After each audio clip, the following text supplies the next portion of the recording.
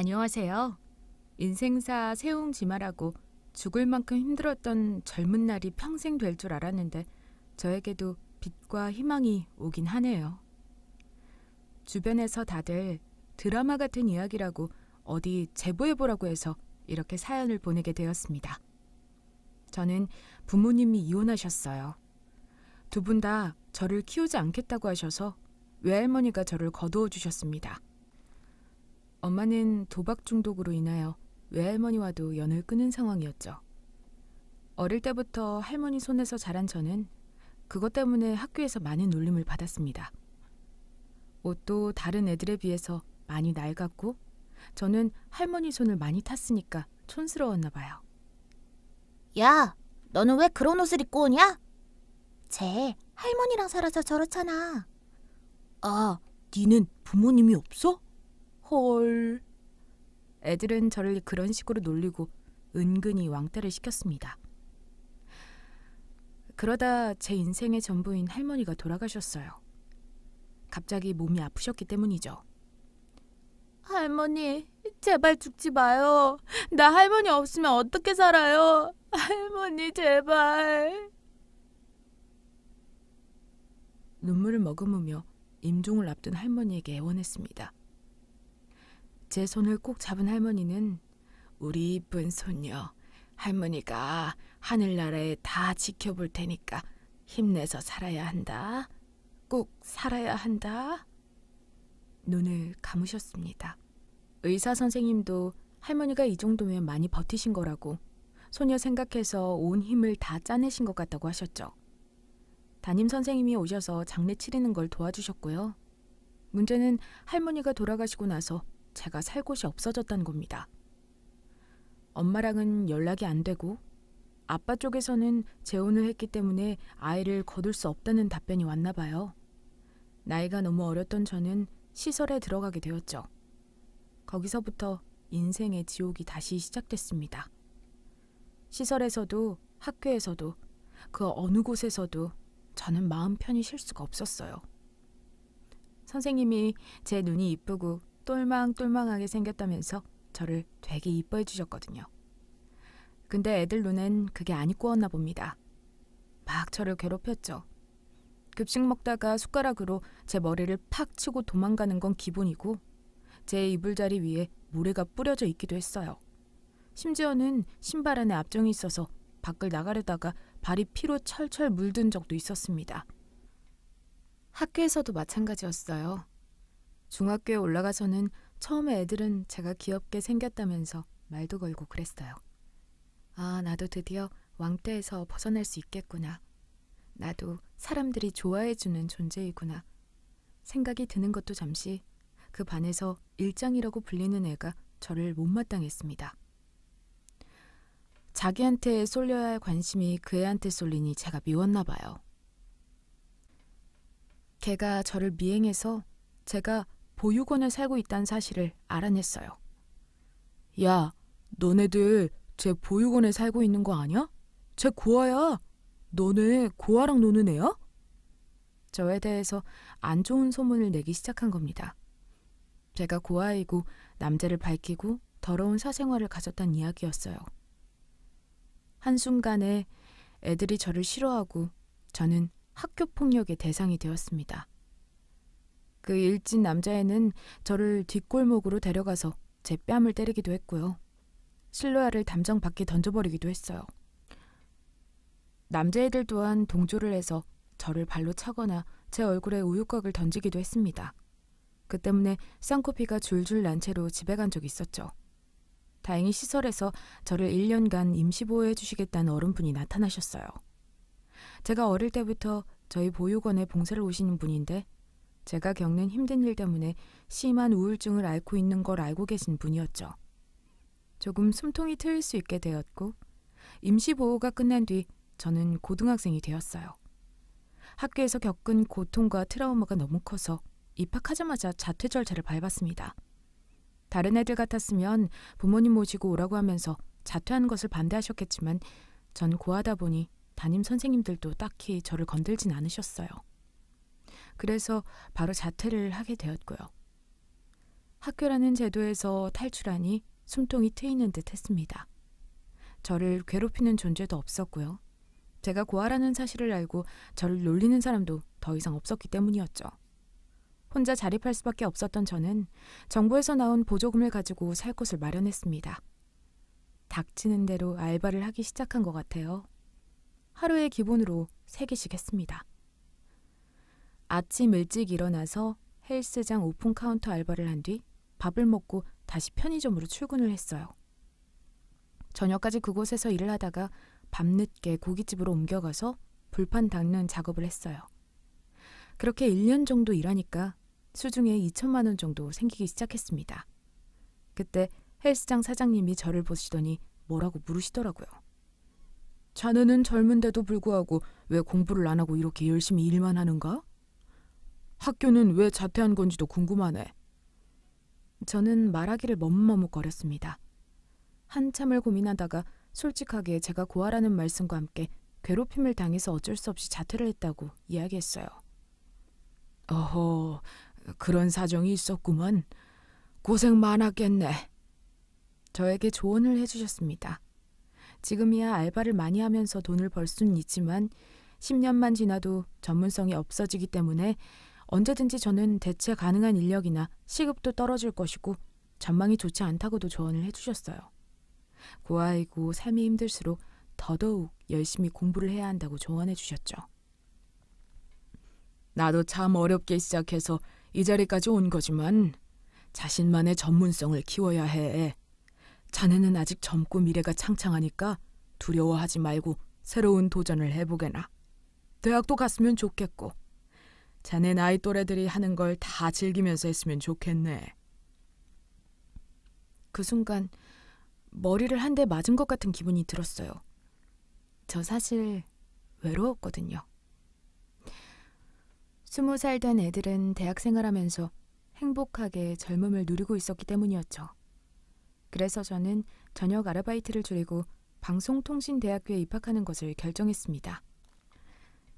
열심히 공부해서 학사학위를 따게 되었어요. 너무 기분이 좋더라고요. 마치 저는 제가 새 인생을 살 수 있을 것만 같은 자신감도 들었습니다. 그런데 현실은 냉대했어요. 대학 나온다고 전부가 아니었죠. 이미 저보다 좋은 학벌에 좋은 집안, 그리고 스펙까지 준비된 인재들이 많았어요. 서류를 한 100개 정도 넣었지만 합격조차 되는 곳이 없었습니다. 왜 청년들이 취업 때문에 자살하고 죽음까지 생각하는지 알겠더라고요. 합격이라는 글자를 보는 게 이렇게 힘든 건지 처음 알았습니다. 그래서 저는 다시 알바일을 전전하게 되었어요. 그때 같이 일하는 언니가 막 뭘 공부하고 있는 겁니다. 언니 뭐 하세요? 아, 나 캐디 일 하려고. 캐디 일하면 돈 많이 벌 수 있다고 해서. 너도 한번 해봐. 저도 모르는 세계의 일이었습니다. 캐디에 관해서 찾아보니까 정말 일하면 한 달에 500만 원에서 600만 원을 벌 수 있고 손님을 잘 만나면 몇십만 원까지 팁을 받기도 한다고 하더라고요. 깜짝 놀란 저는 그 언니를 따라서 같이 캐디 준비를 시작했고 결국 합격하게 되었어요. 너무 감사하더라고요. 비록 전공과는 다른 일이었지만 안정적으로 일할 수 있음에 감사했습니다. 캐디 일을 하고 밖에 나가서 놀지도 않고 버는 족족 통장을 모으니까 꽤 많은 돈을 모을 수 있게 되었습니다. 그때 수중에 거의 3천만 원 가까이 있었을 거예요. 제가 그때 20대 중반이었으니 엄청 큰 돈을 모았던 거죠. 저는 아무도 제가 고아라는 것을 몰랐으면 했어요. 그래서 돈이 어느 정도 모이고 나서부턴 옷도 좋은 옷으로 사입고 화장도 꼼꼼하게 했습니다. 제가 젊고 얼굴이 반반하고 꿋꿋한 자세를 유지하니 아저씨들이 건들고 싶었나 봐요. 사실 골프라는 게 사업이나 접대용으로 정말 많이 하시고 질이 안 좋은 사람들이 많아요. 사회 고위층에 있다고 해서 다들 젠틀하거나 외노 좋은 게 아니었죠. 어이 아가씨, 여기서 일하면 얼마나 벌어? 네? 아니, 그게 아니라 얼굴도 반반하고 엉덩이는 빵빵한데 왜 여기서 자외선 받으면서 고운 살결 다 타게 해? 젊음을 낭비하나 싶어서. 무슨 말인지 알지? 은근히 저에게 스폰을 이야기하시는 분도 있었고 저보다 나이가 20살은 좋게 더 많아 보이는 사람인데도 제가 좋다면서 제 허리에 손을 올리는 사람도 있었습니다. 그런 걸 몇 번 반복해서 경험하다 보니 진절머리가 나더라고요. 결국 막판에는 이 지긋지긋한 쉰내나는 아저씨들 추태를 못 참아주겠네. 그래, 저리 싫으면 중이 나가야지. 나도 이젠 이런 곳에 못 있겠다. 혼자서 열을 낸 뒤 퇴사를 했습니다. 맨날 골프장 안에서 숙식하다 보니 세상이 어떻게 돌아가고 있는지 모르는 저였습니다. 내가 좋아하는 게 무엇일까 고민을 하던 도중 제가 평소에 자연을 좋아한다는 것을 알게 되었어요. 그래서 생각을 하던 도중 꽃집을 차려야겠다는 마음이 들었습니다. 평소에 플로리스트 분들을 동경하기도 했고 너무 이뻐 보였거든요. 직업 학교에서 꽃 관련 일을 배우고 번 돈을 싹싹 긁어 모았습니다. 대출도 좀 받아서 꽃집 가계약을 했어요. 어떤 분께서 외국으로 유학을 나가게 되었고 그 때문에 좋은 상권에 있는 꽃집은 좋은 가격에 처분한다는 소식을 들은 겁니다. 이 기회를 놓치면 안 될 것 같아서 대출까지 받아서 무리를 했던 거였거든요. 계약서를 썼습니다. 그리고 며칠 뒤 갑자기 저에게 모르는 번호로 전화가 걸려왔어요. 서울중앙지방법원 검사 김강희입니다. 귀하가 가지고 있는 통장이 지금 범죄자금으로 사용되어서 긴급하게 조사가 필요한데요. 통장에 가압류가 걸려서 돈을 못 빼게 되는 상황이 올 수도 있어요. 우선 계좌랑 비밀번호 그리고 신분증 보내주시면 저희 쪽에서 수사 단계에 끝낼 수 있게 도와드리겠습니다. 그 이야기를 들으니 손이 파르르 떨리더라고요. 가압류가 걸리면 통장에 있는 돈을 못 꺼낼 수도 있다는 말에 제가 깜짝 놀란 겁니다. 당장 몇 주 뒤에 권리금을 내야 하는데 큰일 났다 싶은 거죠. 저는 그놈의 말을 순순히 듣고 통장이며 도장이며 다 내놓았죠. 그리고 이틀 뒤 문득 걱정이 되더라고요.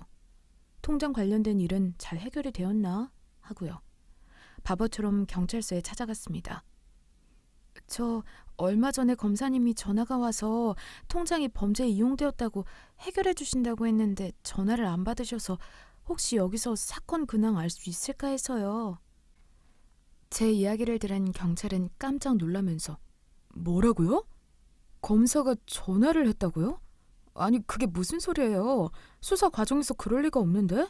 이거 보이스피싱 같은데요. 보이스피싱. 네, 저는 보이스피싱을 당한 거였습니다. 바보 같은 저는 뭐에 홀린 것처럼 그놈한테 모든 걸 홀라당 빼앗겨버렸어요. 제가 그 자리에서 펑펑 울자 경찰관이 저를 데리고 은행에 갔고 통장 정리를 하면서 범죄 내역을 확인한 겁니다. 대출까지 받아서 모은 권리금 6천만 원은 이미 그놈들한테 넘어간 지 오래였어요. 경찰관님, 저 이거 어떻게 해요? 저요. 이거 고등학교 자퇴하고 죽기 살기로 모은 돈이에요. 이거 없으면 저 안 돼요. 제발 살려주세요. 오열을 했습니다. 저를 본 경찰관은 고개를 휘저으며 은행 거래 내역 추적하는 게 굉장히 어렵다고 대포 통장으로 6천만 원이 넘어갔고 또 그 돈이 10군데로 분산되어서 송금이 되었는데 2단계가 넘어가면 찾는 건 거의 불가능할 거라고 하더라고요. 보이스피싱이 그래서 중범죄라고 몰랐냐고 하더이다. 눈물밖에 안 났죠. 한순간에 저는 인생을 부정당한 느낌이었어요. 누가 제 발목을 잡고 뒤로 확 당기는 느낌이었습니다. 그 순간 든 생각은 그냥 죽어야겠다는 생각뿐이었어요. 배운 것도 없고 아는 사람도 없고 인맥도 없었던 저는 지식인의 보이스피싱에 관련해서 질문을 올렸습니다. 어떤 사람은 보이스피싱으로 10억을 잃은 사람도 있었고 집 한 채를 그냥 날린 사람부터 시작해서 엄마 병원비를 사기당했다는 분도 있었죠. 피해자가 저만 있었던 게 아니었고 심지어 10년 전에 달린 지식인 글에서도 결국 돈을 찾지 못했다는 답변이 달려 있었죠. 그래도 언젠가 내 돈을 찾을 수 있지 않을까 싶었는데 희망이 없어진 순간이었습니다. 사람이 한번 우울에 빠지니까 끝도 없이 그 우울의 구덩이로 빠져들게 되더라고요. 정신과에 간 저는 선생님, 저 죽고 싶어요. 왜 인생은 저에게 이렇게 험악한 시련을 준 걸까요? 요즘 잠이 안 와요. 하루에 1시간도 못 자는 것 같아요. 가슴이, 여기가 막 뜨거워요. 저 앞으로 어떻게 살죠? 수면제입니다. 가장 센 걸로 처방해드렸으니까 일단 이거라도 먹고 주무세요. 그래야지 살 수 있습니다. 수면제 없이는 하루도 살 수 없는 날들이 반복되고 약에 의지하다 보니까 몸과 마음 둘 다 망가졌어요. 그리고 문제는 권리금을 못 주니까 계약이 파기가 된 겁니다. 부동산 사장님이 전화가 오셨어요. 보이스피싱 사기당한 건 안타까운데 우리가 계약서 때문에 파기할 경우에 권리금의 10%를 내야 해. 600만 원 정도 내야겠네. 내가 저쪽 꽃집 사장을 설득해봐도 워낙에 완강해서 그 돈을 꼭 받아야겠다는 입장이야. 이런 말을 그쪽한테 전해야 하는 나도 많이 속이 상해. 사기당한 것도 속상한데 계약 파기로 돈까지 물어내야 하니 정말 벼랑 끝에 몰린 것 같더라고요. 그래서 죽고 싶어서 한강 위에 올라갔습니다. 내 인생은 왜 이러는 거야? 왜 이렇게 살기 힘든 거야? 대교 위에 서서 다리 아래를 바라보았어요. 떨어지는 게 무섭더라고요. 아플 것 같고 서러워서 눈물이 났습니다.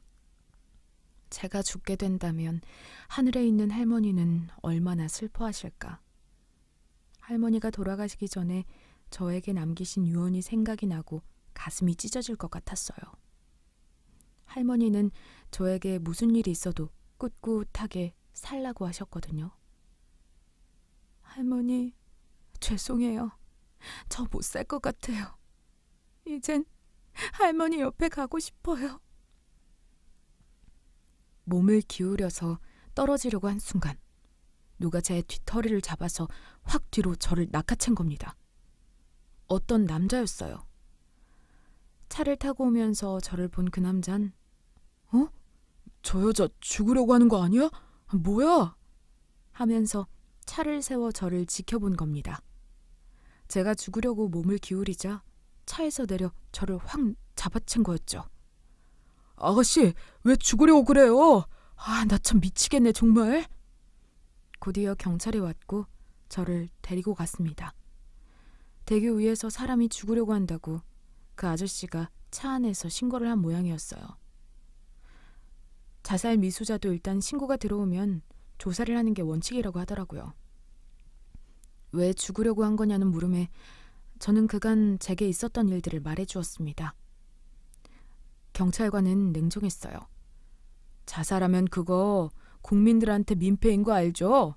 신원 조회해보니까 부모님 안 계신 것 같은데 무연고자로 처리되면 그거 다 세금으로 장례 지내야 하는 거예요.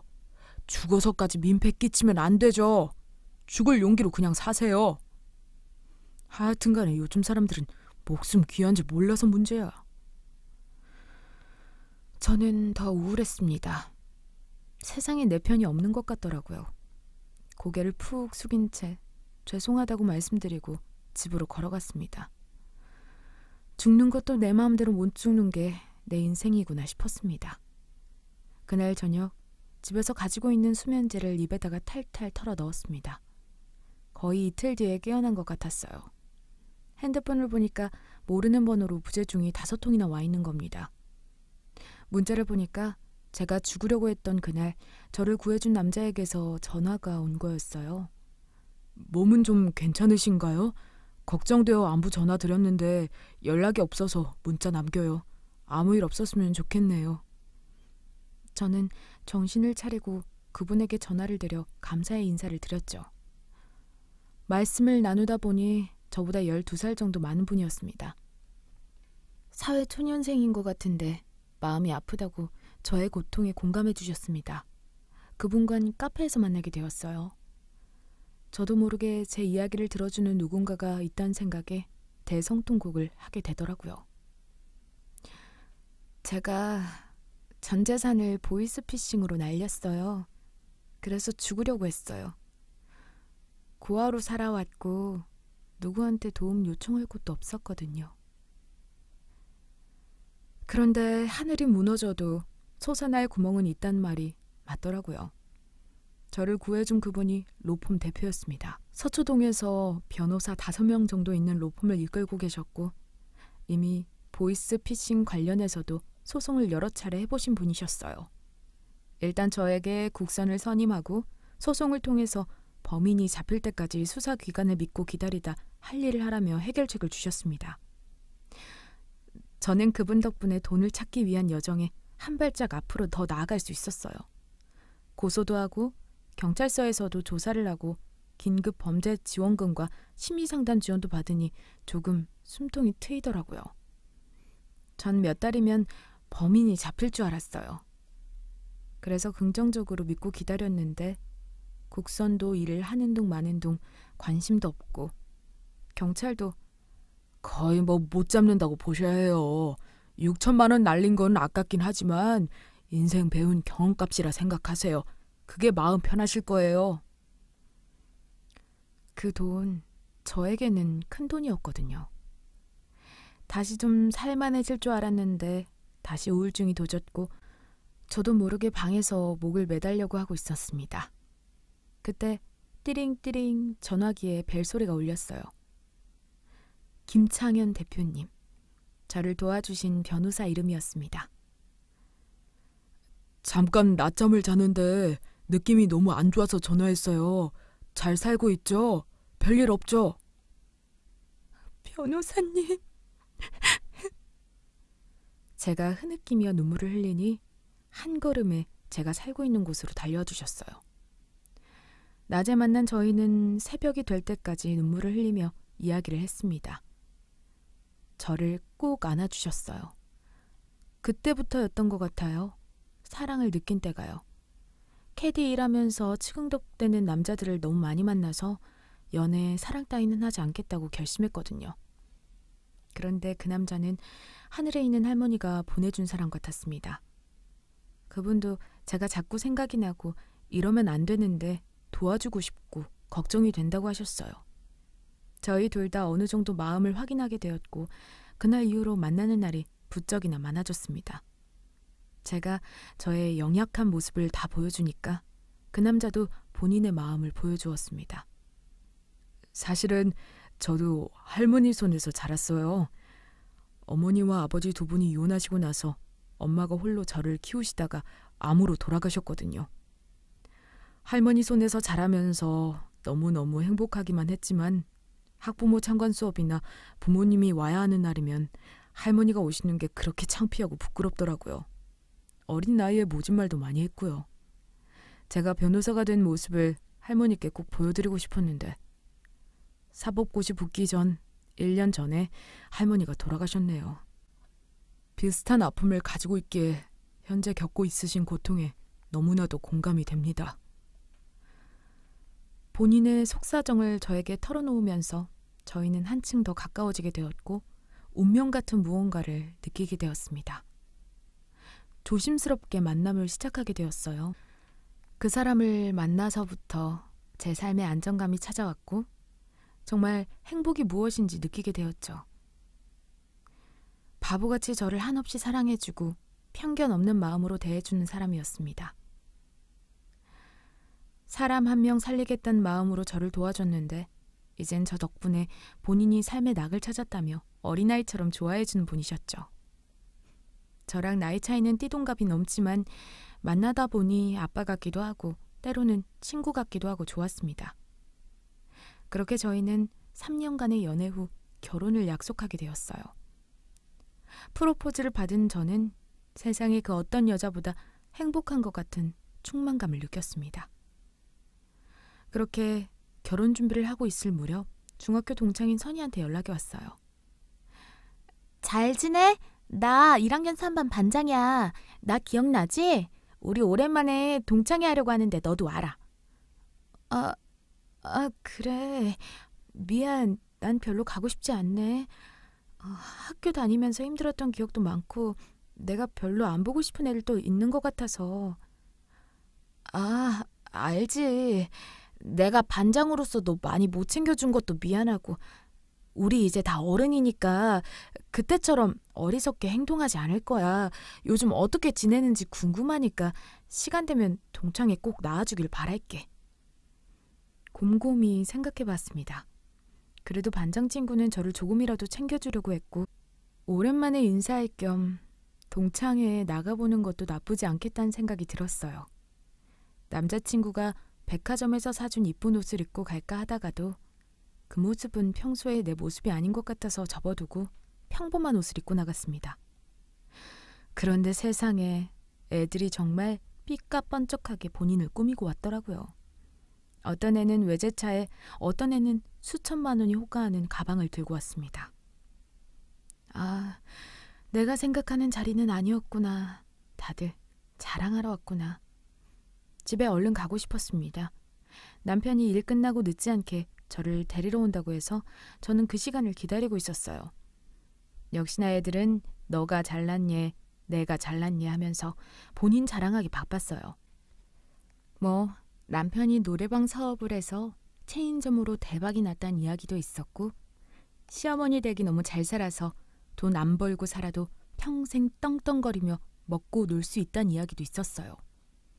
자랑이 끝나니 자연스럽게 타겟은 저에게로 돌아오더라고요. 너는 어떻게 살고 있어? 그래도 얼굴이 많이 폈다. 중학교 때는 맨날 죽상으로 있더니 우리는 네가 정말로 동창회 온 줄은 몰랐어. 그냥 해본 말이었는데 진짜 오네?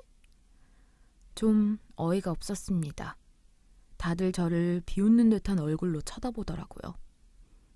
너희가 오라고 해서 온 거지. 왜 나는 원래 여기 오면 안 된 자리인가? 아니, 그건 아니고 그냥 그렇다고. 요즘은 어떻게 지내니? 나 그냥 쉬고 있어. 딱히 하는 건 없고.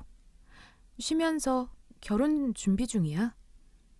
제가 결혼한다는 말을 하니 어디선가 푹 하고 비웃는 소리가 났습니다.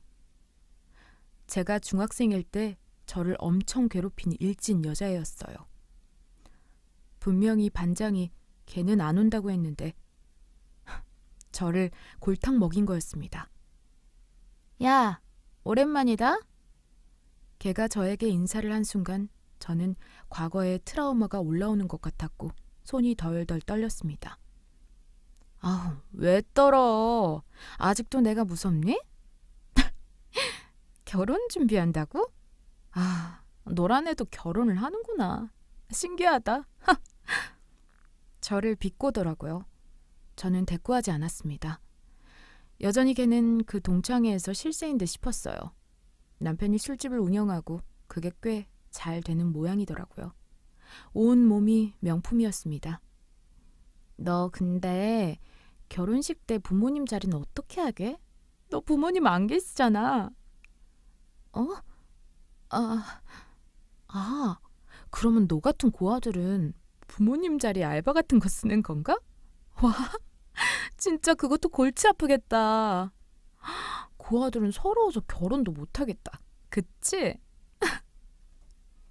옆에 있는 애들이 그의 막말을 막았습니다. 야, 너 진짜 적당히 좀 해라. 친구가 결혼한다는데 그런 말을 굳이 해야겠냐? 진짜 못됐다. 야, 우리 다 성인이야. 어때? 못할 말은 아니잖아. 솔직히 너네들도 궁금하잖아. 저는 화가 부글부글 끓어올랐습니다. 상상으로는 이미 걔를 몇 번이고 찔러 죽이고 화를 냈지만 현실 속에 저는 여전히 중학생의 기억에 머물러 있었어요. 눈물이 나오려고 하는 걸 자존심 때문에 몇 번이나 꾸역꾸역 눌러 담았죠. 목까지 울음이 차오르는 것 같았습니다. 책상 밑에 손을 넣어서 문자를 했어요. 당신 혹시 일 언제 끝나? 끝나자마자 여기 와줄 수 있어? 내가 좀 피곤해서 일찍 집에 가고 싶은데. 알겠어. 나 이제 소장 거의 다 써가니까 이것만 마무리하면 바로 달려갈게. 30분 뒤 남자친구가 동창회 왔어요. 변호사 배지를 양복에 달고 왔습니다. 안녕하세요. 저 이 사람 예비 신랑 되는 사람입니다. 오늘 동창회 간다고 들었는데 수진이가 피곤하다고 해서 데리러 왔어요. 즐겁게 시간 보내고 있으셨을 텐데 먼저 수진이 데리고 가서 죄송합니다. 그때 그 일진애가 저를 보고 한마디 하더라고요. 뭐 하시는 분이야? 남편 되는 분은? 설마 같은 시설에서 만난 건가? 대놓고 남자친구 옆에 있는 저를 비웃는 겁니다. 눈치를 챈 거죠. 제가 거기서 놀림받고 괴롭힘 당했다는 사실을요. 그래서 남친은 안주머니에서 명함을 꺼내더니 제 동창들에게 싹 돌렸습니다. 서초동에서 법무법인 한성을 운영하고 있고요. 로펌 대표로 있습니다. 법적 자문 같은 거 더 필요하시면 언제든지 문의 주세요. 제 소개가 늦었네요. 궁금해해 주셔서 감사합니다. 다들 깜짝 놀라더라고요. 제 남편이 로펌 대표일 줄은 상상도 못했겠죠. 저를 골탕 먹인 그 여자애도 한 방 맞은 표정을 지었습니다. 한성 로펌? 여기 꽤 유명한 곳이잖아. 어떻게 만나신 거예요? 네가 변호사를 만나? 엄청 부러운 눈치로 저를 바라보았습니다. 운명처럼 만났지 뭐. 너도 남편 운명처럼 만나지 않았어? 뭘 부러워해. 그럼 난 먼저 간다. 왠지 모르게 제가 승자가 된 느낌을 받았어요. 오빠, 데리러 와줘서 너무 고마워. 사실 동창회 있는 시간이 너무 힘들더라고. 애들은 다 자기 자랑만 하고 나 괴롭힌 애가 올 줄은 몰랐는데 반장이 나한테 말 안 했더라고. 그런 애가 온다는 걸. 안 그래도 당신 표정이 혼이 나간 사람처럼 보여서 여러모로 걱정이 되었어. 그 당신한테 한마디 한 그 여자 인상이 너무 안 좋더라. 앞으론 동창회 가지도 말고 그 여자랑 상종도 하지 마. 알겠다며 고개를 끄덕였습니다. 집에 간 저희는 맥주를 한잔하면서 이야기를 나누었어요. 결혼식 전에 이미 합가를 했거든요. 근데 그 여자 당신 많이 괴롭혔어? 말도 마. 내 가방에 썩은 우유곽 넣어서 발로 차기도 하고 남자애들한테 시켜서 내 머리 때리라고도 하고 내가 남자 좋아한다고 헛소문 퍼뜨려서 걔 때문에 전교 왕따 당한 적도 있어. 뭐라고? 그거 완전 미친 사람 아니야? 아니, 당신 너무 착한 거 아니야? 왜 간 거야, 거기에? 그냥 모르겠어. 반장이 오랜만에 전화와서 미안하다고 하고 동창회 꼭 나와줬으면 좋겠다고 하니까 나간 거지 뭐. 그리고 며칠 뒤 그 여자에게서 연락이 온 겁니다. 잘 지내고 있냐? 야, 난 너 남편 되는 사람이 변호사일 줄은 상상도 못했네. 너 매력이 많나 보다. 왜 전화한 건데? 다름이 아니라 내가 니네 로펌 바로 앞에 있는 법률사무소에서 격리로 일하고 있는데 다음 달에 계약이 만료되거든. 그래서 무기계약직 전환을 앞두고 있는데 니네 남편 되는 사람한테 나 좀 잘 부탁한다고. 혹시 그 로펌에 아는 사람 있으면 입김 좀 넣어주면 안 되나 부탁하고 싶어서. 저는 어이가 없었습니다. 저를 얼마나 만만하게 봤으면 그런 부탁을 할 수 있는 건지 상상이 안 되더라고요. 너 남편 부자라며. 술집 장사로 돈 많이 번다고 하지 않았어? 근데 왜 일하려고 하는 거야? 야 됐어. 도와주기 싫으면 말아. 왜 남의 남편 이야기까지 들먹여 재수없게? 됐어. 니한테 자존심 굽히고 이런 거 부탁한 내가 바보지. 지 혼자 성질 내고 전화를 팍 끊는 겁니다. 퇴근하고 온 남친에게 이 이야기를 말해주니 엄청 화를 내는 거예요. 지가 괴롭힌 동창한테 이런 부탁을 하는 건 도대체가 무슨 심보냐면서요. 저에게 그 여자의 신상을 물어봤어요. 바로 전화기를 들어 어디론가 연락을 하는 것 같더라고요. 대표님. 네네. 거기 격리 있죠? 다음 달에 일 끝나는 걸로 되어 있는.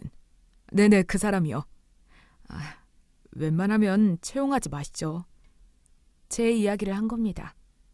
그리고 얼마 뒤 저에게 쌍욕이 담긴 문자 한 통이 도착해 있었어요. 야, 미쳤냐? 네가 니네 남편한테 나에 대해서 안 좋은 이야기 했니?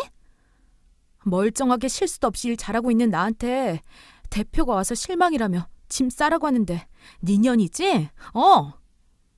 정말 입에 담기도 힘든 욕들이 줄줄이 써있는 겁니다. 와, 정말 깜짝 놀랐어요. 저는 이런 것까지 남자친구한테 말하면 너무 힘들어할까봐 혼자 끙끙거리면서 속을 삭혔습니다. 그래, 안 좋은 이야기 계속 꺼내서 좋은 게 뭐가 있어. 그냥 그 여자애 차단해버리고 머릿속에서 잊어버리자. 한숨을 푹푹 쉬었습니다. 아무래도 마음속에 고민이 있으니까 제 얼굴빛이 좀 안 좋았나 봐요.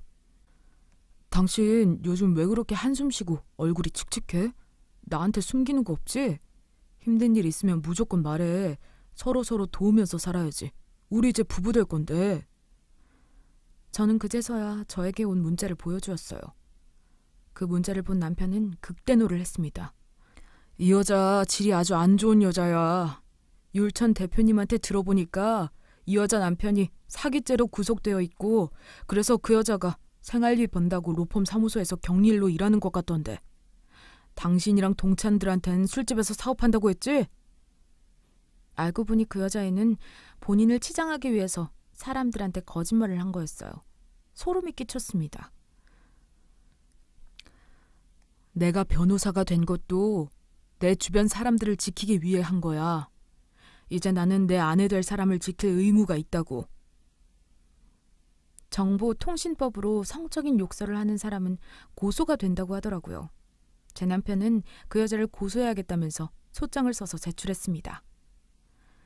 10대 때에는 제가 힘도 없고 주변에 지켜주는 어른도 없으니 그런 일을 당하면 어쩔 수 없이 고스란히 겪어야 했지만 지금은 남편이 지켜주겠다며 든든하게 제 곁을 지키는 사람이었어요.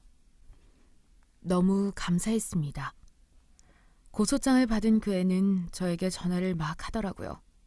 저는 이미 전화 차단을 했기 때문에 연락을 받지 않았습니다. 당신 걱정하지 마.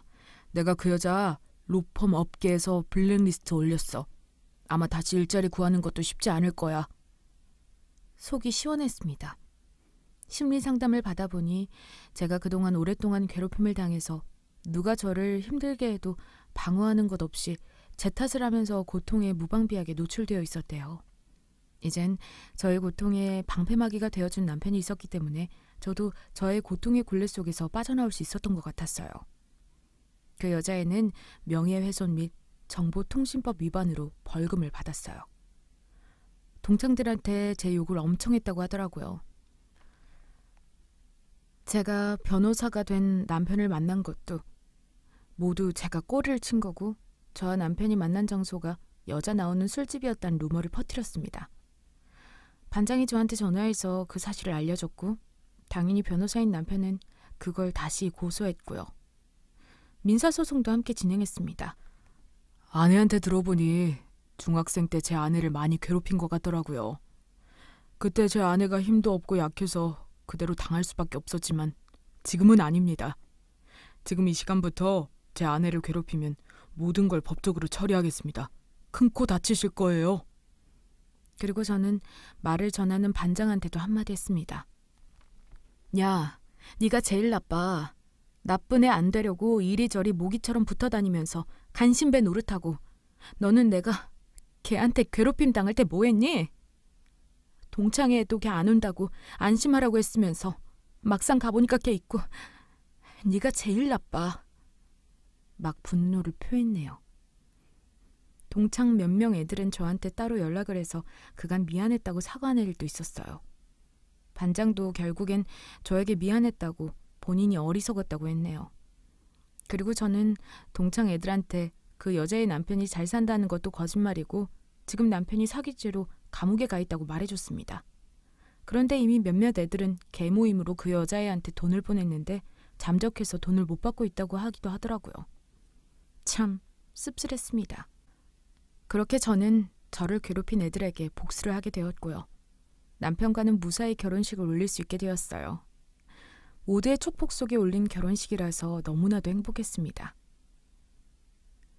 결혼 전에 중학생 때 겪었던 아픈 상처도 치유할 수 있게 되었고 3년간의 노력 끝에 복덩이인 선아도 가질 수 있게 되었어요.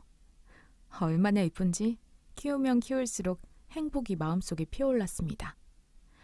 하늘에 있는 할머니가 저에게 주신 선물, 남편과 딸 선아. 감사한 하루가 지속될 무렵 잊고 있던 보이스피싱에 관한 소송 연락이 왔습니다. 베트남에서 조직원들을 잡아서 송환 예정이란 소식이었어요. 너무 깜짝 놀랐습니다.